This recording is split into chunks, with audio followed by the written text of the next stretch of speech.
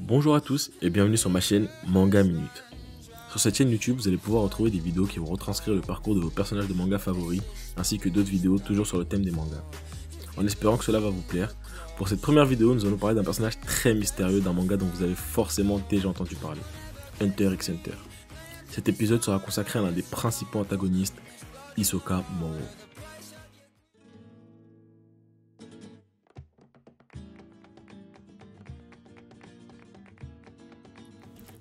Avant tout, il faut savoir que Hisoka est un personnage haut en couleur.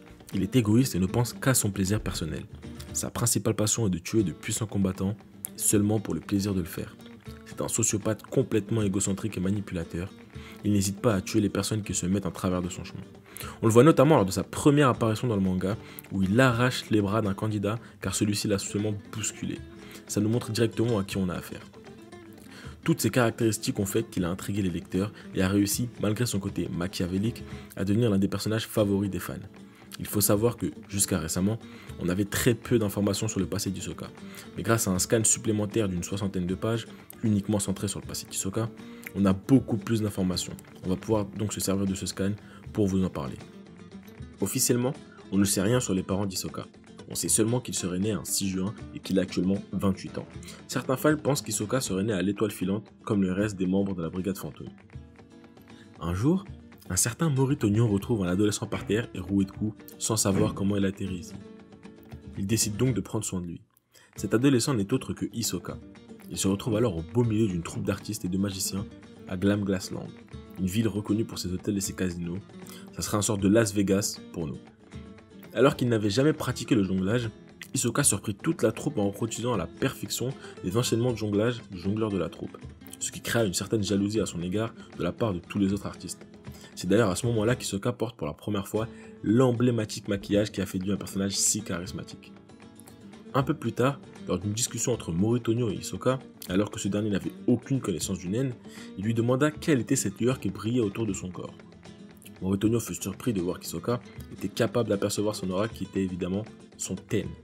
Alors que Moritonio devenait son mentor, en lui apprenant le naine, il se découvrit des facilités hallucinantes aussi au niveau de son apprentissage du naine. Grâce à son sens de l'observation et de l'analyse, et alors que Moritonio lui dit que ça lui prendrait une année entière, Hisoka parvint à projeter son rêve en seulement une semaine. Cette prouesse laissa son mentor sans voix et lui fit rappeler l'échec qu'il avait connu dans sa jeunesse. Moritonio rêvait de devenir Hunter, mais il s'est découragé face à un candidat nettement plus brillant que lui. D'ailleurs, cette année-là, un seul candidat a réussi l'examen. On peut faire le lien entre le père de Gon, Jinfrix, qui fut le seul à réussir l'examen lors de son passage. Les périodes concordent bien, et ça pourrait expliquer le lien qui lie Gon et Hisoka. Bien sûr, cela ne reste que théorie. Moritonio fait passer des tests à Hisoka, et c'est là qu'il apprend pour la première fois qu'il est du naine de la transformation, tout comme son mentor.